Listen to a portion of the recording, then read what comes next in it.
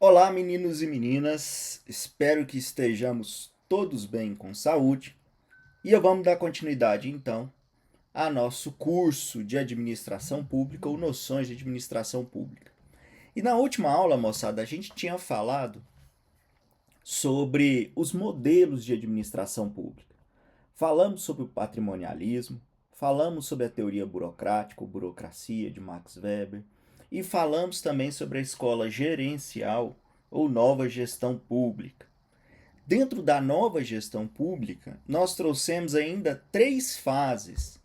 Uma fase muito voltada ao incremento de eficiência da administração, uma segunda fase que se dedicou a olhar para a entrega que era feita ao cliente, no caso o cidadão e a sociedade, e uma terceira fase que foi muito orientada para a qualidade do serviço público, chamada de Public Service Orientation.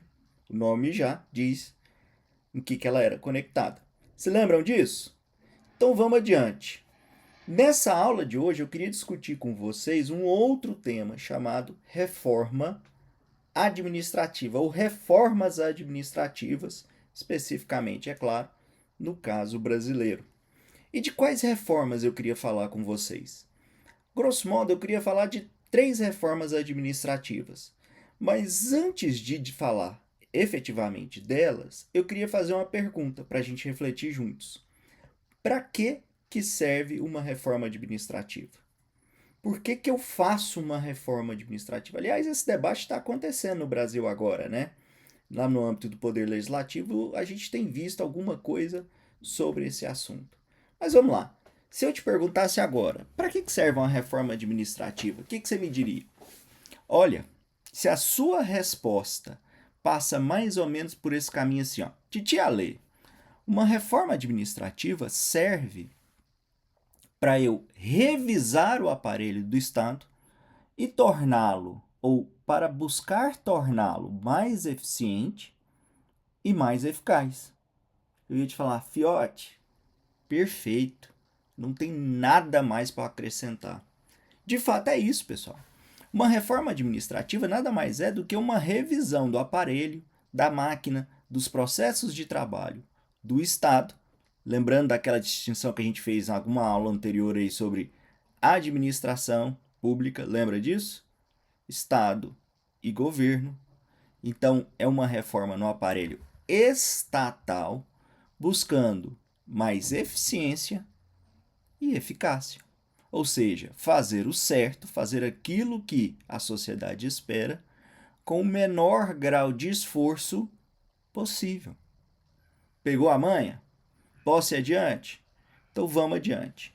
Quando a gente falar de reforma administrativa no Brasil, pessoal, eu quero que vocês se lembrem pelo menos de três eventos.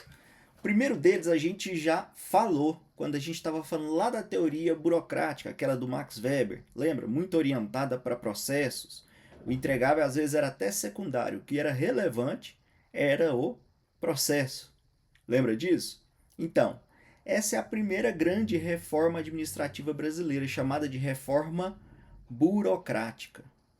Como a gente já falou quando a gente estava tratando dessa reforma, é nesse momento que é criado o DASP, que é o Departamento de Administração de Serviços Públicos, no ano de 1936. 1936, governo Getúlio Vargas. E esse, pessoal, é considerada a primeira reforma ou marco da primeira reforma administrativa no Brasil. Qual que era o contexto que a gente estava? Lembra que a gente estava desde o início da década de 30, né? A gente estava no Estado Novo, que era um governo getulista, e o DASP foi criado para centralizar e regular ou regulamentar a administração pública. A ideia era afastar tudo aquilo que vinha, que era herança do patrimonialismo. Você lembra que herança era essa? Sim ou sim?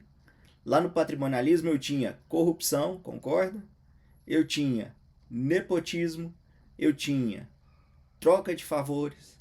A ideia era abandonar esse modelo antigo, esse modelo em que o patrimônio público era extensão do patrimônio particular do governante, e, no seu lugar, propor um modelo burocrático. Então, vejam vocês, né? Já de há muito tempo, o Brasil vem brigando com esse tema da corrupção. Acho que o mundo todo, né, de um modo geral. O problema do Brasil é que ela me parece, eu não tenho evidência disso que eu estou falando, eu não tenho nenhum estudo comparativo, mas me parece que no Brasil o problema é mais grave, né? Mas é um problema do mundo todo. Desde sempre, a gente vem brigando com esse tema da corrupção. Quando eu falar em modelo burocrático nessa primeira reforma administrativa, lá na reforma do Getúlio, reforma de 36, reforma do Estado Novo, quero que você se lembre dos elementos clássicos da teoria burocrática, como, por exemplo, meritocracia. Alessandro, me dá um exemplo de meritocracia. Uai, esse é o mais fácil. O que a gente vai fazer daqui uns dias, antes de tomar posse no nosso concurso, no nosso cargo de analista do TJG? O que a gente vai fazer? Exatamente. A gente vai fazer um concurso público. Você quer um elemento mais claro, um exemplo mais evidente da meritocracia do que o concurso público? Aqueles que melhor tenham condições intelectuais, cognitivas de assumir o cargo é que o assumirão. Um outro elemento importante dessa fase é a responsabilidade ou responsabilização pelo controle de gastos. O Estado ele passa a ser um centro de receitas e de despesas, com o controle desses gastos ou dessas despesas. Esse é um debate que a gente vê que desde a década de 30, então está muito presente na administração pública. Quando a gente for falar de administração gerencial, que é o terceiro modelo vigente, vocês vão ver uma preocupação muito grande da norma em regular a despesa pública, principalmente através do orçamento e das leis que regulam o orçamento. Show de bola? Racionalização de processos. Então, como a gente havia dito antes, o processo passa a ser muito importante para a entrega da administração pública. Dentro daquilo que a gente falou, o processo profundamente conectado à legalidade, à constitucionalidade, um processo muito preocupado com o controle e com a evidência daquilo que está sendo feito, exatamente para combater as práticas do patrimonialismo.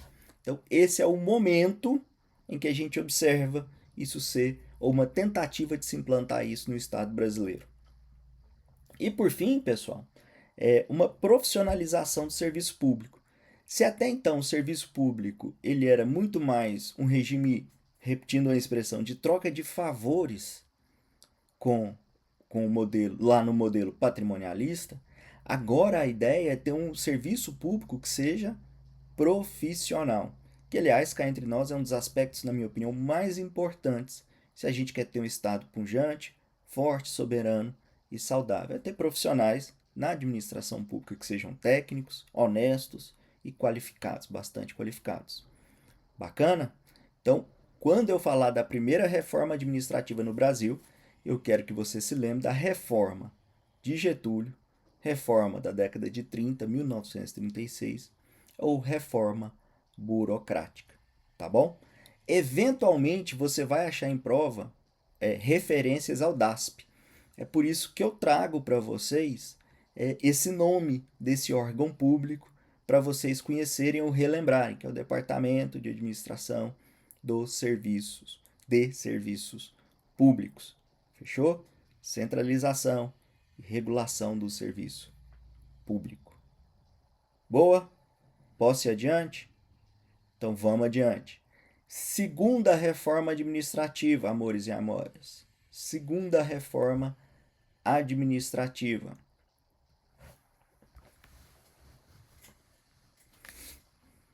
Anotou aí? É a reforma de 67.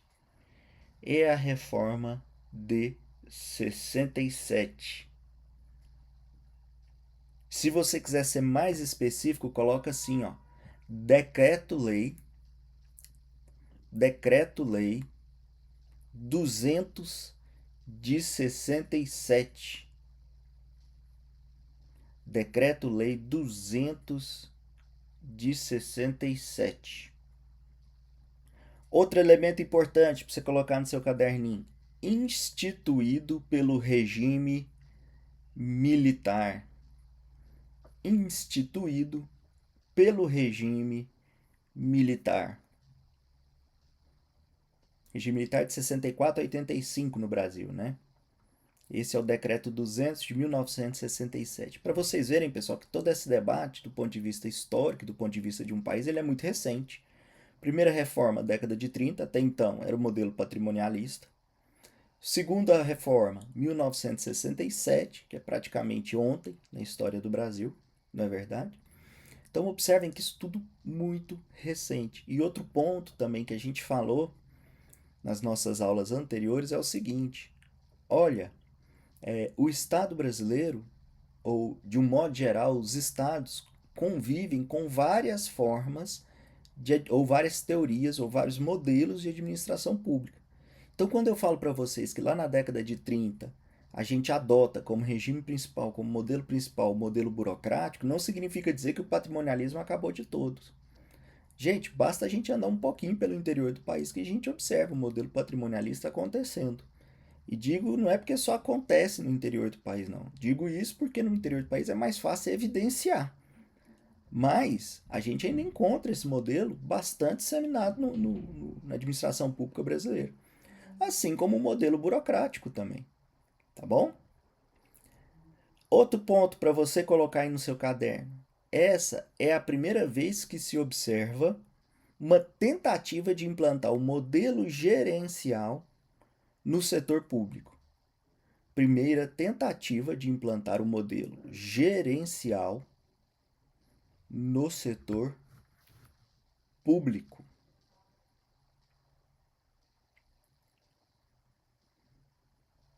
Ou seja, buscar as melhores práticas do setor privado e tentar adaptá-las à iniciativa pública.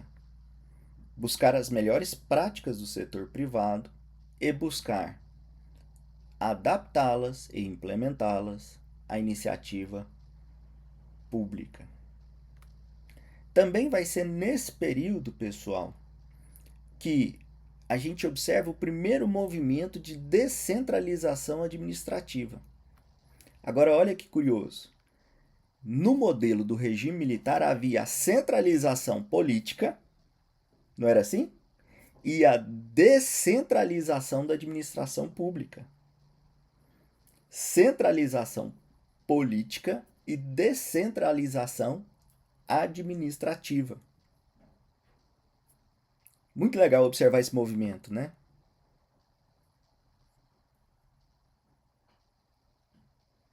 É a primeira vez, vocês que são apaixonados, têm certeza pelo direito administrativo, vai ser a primeira vez que a gente vai ter esse modelo ministerial implantado no Brasil, da forma como é hoje, é claro.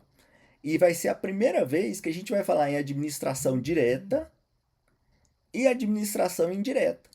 Olha que legal. Então é a partir daí que a gente observa esse modelo de fundação, de autarquia, de empresa pública, de sociedade e economia mista. Muito bacana, né? Importante você colocar isso no seu caderno, tá? No seu material de estudo. É a partir da segunda reforma administrativa, que é a reforma de 67, que a gente começa a observar a separação entre administração pública direta e administração pública indireta, que é o modelo de centralização política, mas descentralização administrativa. Se eu fosse da banca, esse tema é um tema muito importante para cair em prova.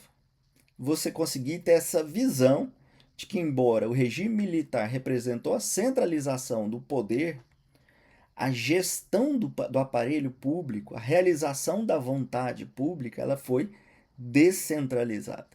Achei esse um tema muito bacana de ser cobrado em prova. Se cair uma questão dessa, vocês sabem que talvez Titia Lê é agente secreto da EGV. Como eu disse, pessoal, se você quiser colocar no seu caderno aí, é nesse momento que a gente vai ver a criação de algumas empresas públicas e também algumas normas de regulação de pessoal, de folha de pagamento, de orçamento.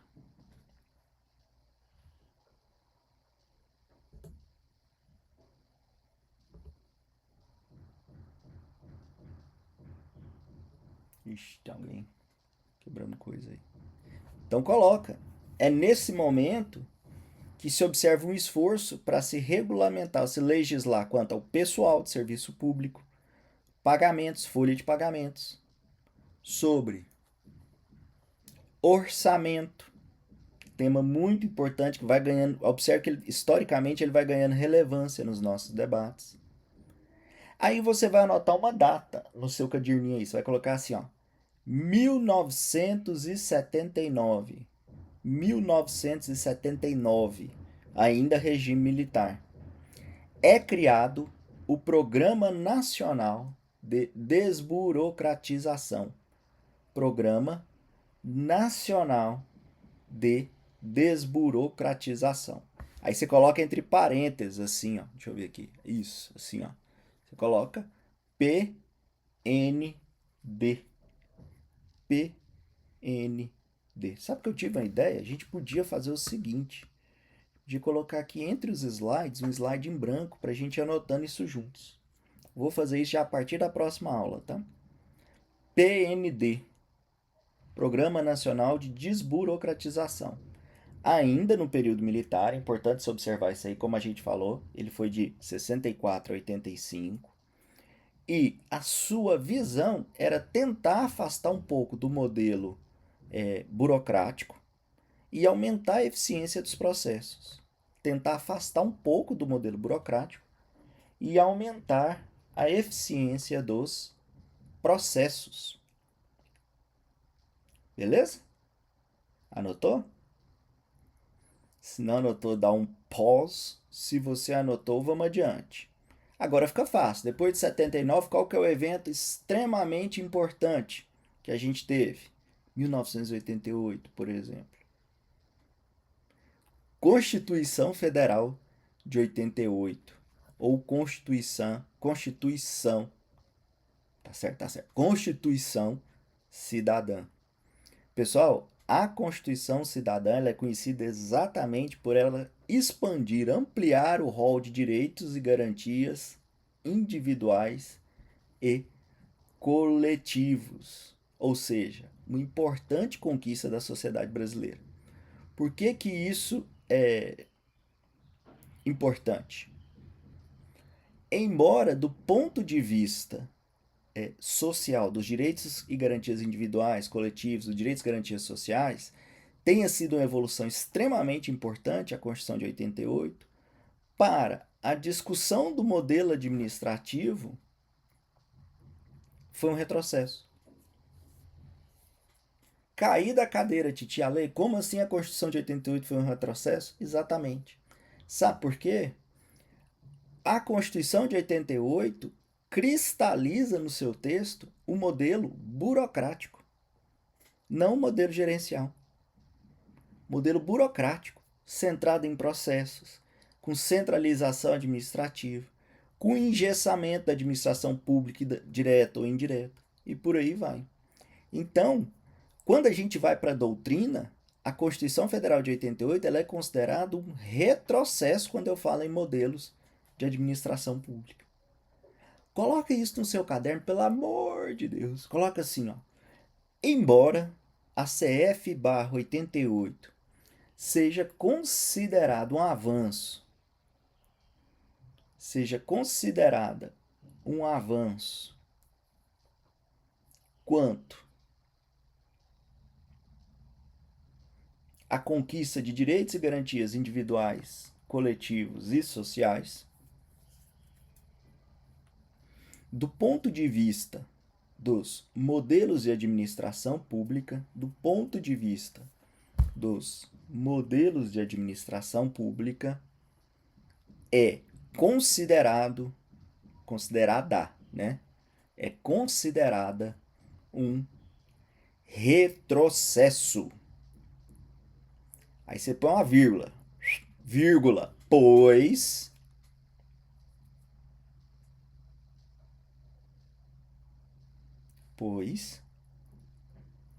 consagra o modelo burocrático e não o gerencial. Vírgula de novo, consagra o modelo burocrático e não o gerencial. vírgula de novo. Isto é, vírgula de novo, altamente focado nos processos,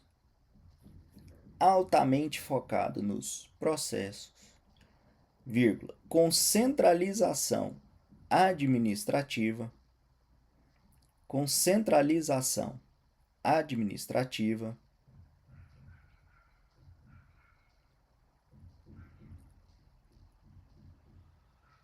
e engessamento da administração pública direta e indireta. Aí você me fala o seguinte, Titi Ale, mas isso cai em prova? Cai não, filho. Isso despenca. Isso não cai em prova, isso despenca. Beleza? Aliás, vou até anotar para pôr um destaque desse no nosso material. Opa, pulei um slide aqui, fui para frente, fui ansioso. Fui menino. Desculpem. Gente, que bagunça que eu aprontei. Deixa eu anotar aqui para nós, enquanto você anota daí, ó.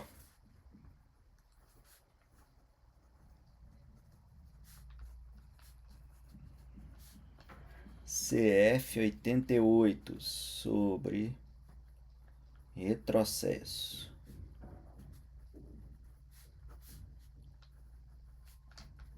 Administrativo. Ponto. Pronto. Próxima data relevante para a gente, que você também já conhece, tenho certeza. 1993, Lei 8666 de 93. É a lei do capirote, a lei 666. Não, para com isso, tem nada a ver. 8666/93 é a grande normatização, a lei geral sobre licitações no âmbito federal e contratos administrativos. Coloca assim, ó. Lei geral de contratos. Oh, meu Deus, perdoa. Corta para mim. Coloca assim, ó. Lei geral de licitações e contratos administrativos no âmbito da administração pública. É a lei vigente? Você sabe que não. Já falei 14.133 vezes que não é a lei vigente. Pegou? Pegou a referência? Mas é um marco quando a gente fala de modelo de administração pública, porque é uma lei geral que de fato concentra e reorganiza a ótica da aquisição de bens e serviços pela administração pública. Beleza? Lei 8666 de 1993. Nó, titia lei.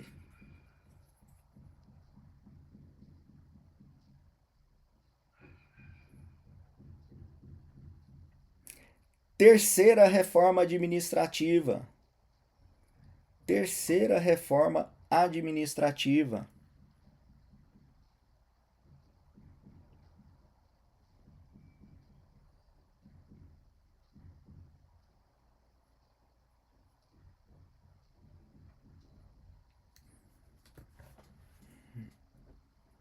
Chamada de reforma, agora sim, reforma gerencial. Você lembra que quando eu falei lá de 67, da administração militar, do regime militar, a gente falou de uma tentativa de se implantar o modelo gerencial, buscando as melhores práticas da iniciativa privada. Vem a Constituição de 88 e até no movimento de negação do regime militar, faz o quê? Retorna e consagra o modelo burocrático. Chega 1995, a primeira data importante, em torno de, né? Pós-Constituição de 88, Brasil já era tetracampeão, 1994, nos Estados Unidos, que nós ganhamos tetracampeonato. Titia Lei já era crescidinho, vocês acreditam? Eu tenho lembrança. Hoje eu falo em sala de aula da Copa de 94 e dou algum exemplo, falo do Branco, Leonardo. Os meninos nem sabem quem que é. Tem base, gente. Que mundo vivemos se você não viu essa Copa? Mas voltando, 1995, cenário brasileiro, cenário de hiperinflação, descontrole do aspecto econômico nacional, macroeconômico. E aí começa um presidente que foi ministro da economia. Economia? Acho Fazenda, ministro da Fazenda. Que, aliás, infelizmente, há pouco tempo atrás, né, coisa de um mês atrás, saiu a notícia de que ele teria sido interditado pela família em razão do estado avançado já de Alzheimer e senilidade, que é o presidente Fernando Henrique Cardoso, que conjuntamente com uma equipe de profissionais desenhou o Plano Real, que ainda hoje é a moeda brasileira. Fernando Henrique Cardoso, que foi ministro no governo Itamar Franco, se torna presidente da República, aliás, por 2 mandatos. Como presidente da República, um dos atos, ou dos primeiros atos dele, é a reforma do Estado. Reforma do Estado. Aí sim, a gente falando em reforma gerencial.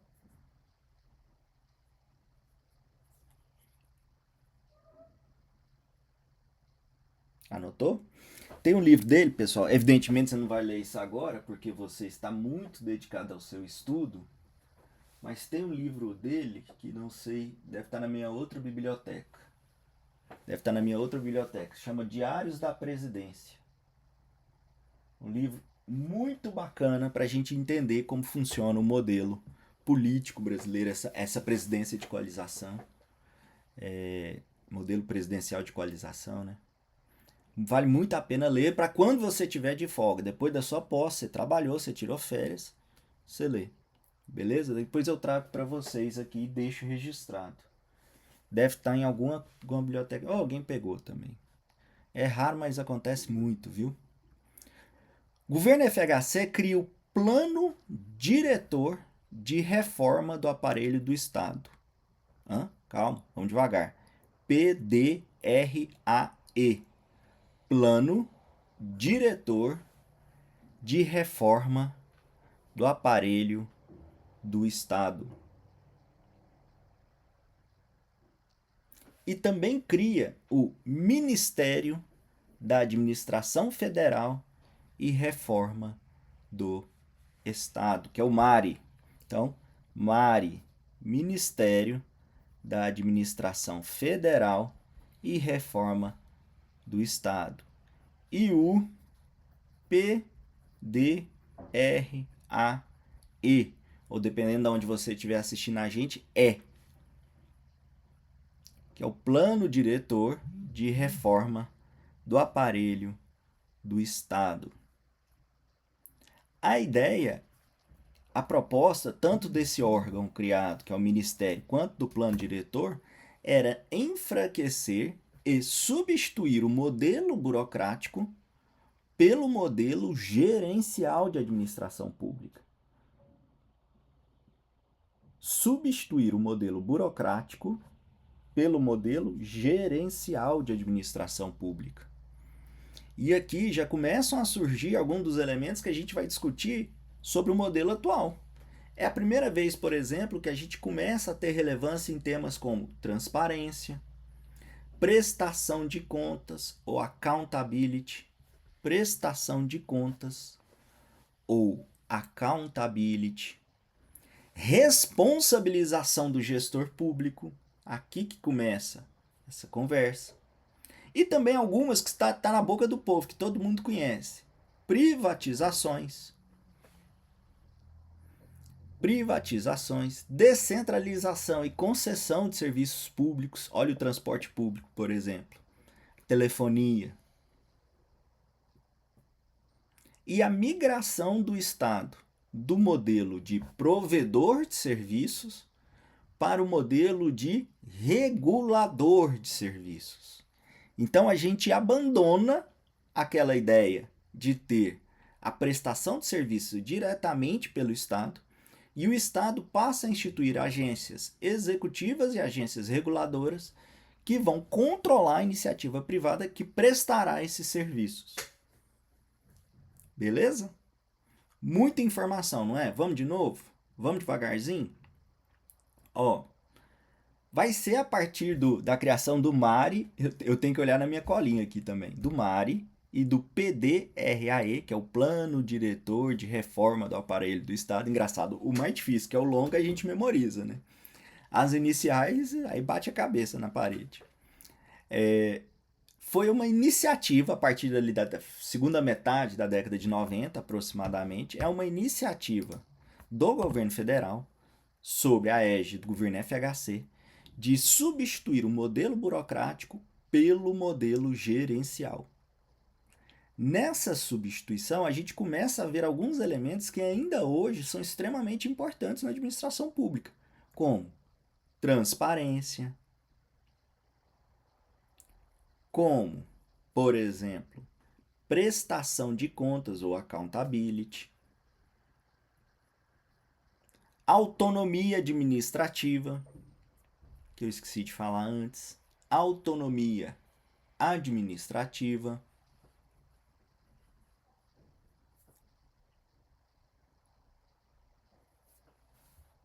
como responsabilização dos gestores públicos, responsabilização dos gestores públicos,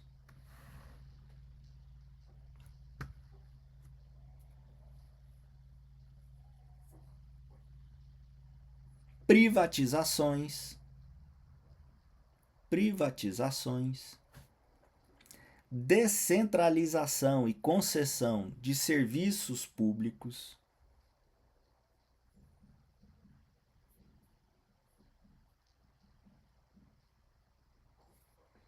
descentralização e concessão de serviços públicos e a migração do papel do Estado de provedor de serviços para regulador do serviço prestado pela iniciativa privada, pelo serviço público prestado pela iniciativa privada.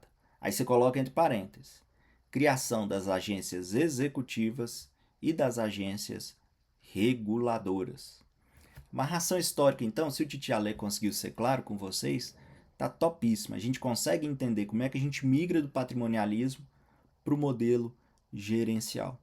Agora, o que a gente vai fazer é dar uma aprofundada histórica no que foi feito nesse momento, falando de modelo gerencial. Basicamente, pessoal, o plano diretor de reforma do aparelho do Estado, ele vai trabalhar em 4 frentes, ou 4 setores, tanto faz. Um núcleo estratégico, atividades exclusivas, serviços não exclusivos e produção de bens e serviços para o Estado. Atividade estratégica ou núcleo estratégico, atividades exclusivas, serviços não exclusivos e produção de bens e serviços para o mercado. Gente, eu tô num desespero, não sei se dá para vocês verem, acho que dá. Minha bateria tá aqui no finalzinho, já imaginou se cai? Que vergonha. Anotou? É nesse momento, pessoal, olha por que isso é importante, a gente fazer essa amarração completa. É nesse momento que é criada a ideia, a proposta de organizações sociais, de OS, e de organização da sociedade civil de interesse público.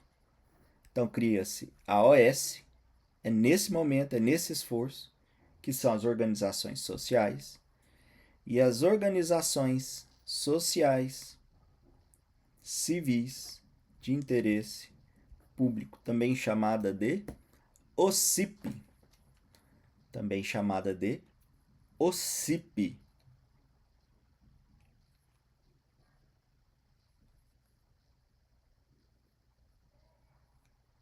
E começa um movimento, a gente começa a observar um movimento de transferência dos serviços públicos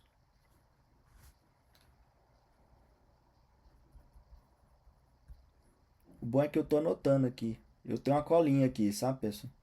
Que é basicamente nosso material impresso. E aí eu tô anotando para mim mesmo aqui. Por quê? Não sei, não sabemos. Que é a transferência dos serviços públicos, ditos serviços públicos não estatais, para essas entidades. Exemplo: educação, saúde, cultura, pesquisa, transporte público. E aí vai. Beleza? Consegui ajudar você a compreender melhor esse momento histórico? Falar das 3 reformas administrativas relevantes? A reforma getulista, 1936, modelo burocrático. 1967, a tentativa da construção do modelo gerencial e de uma centralização.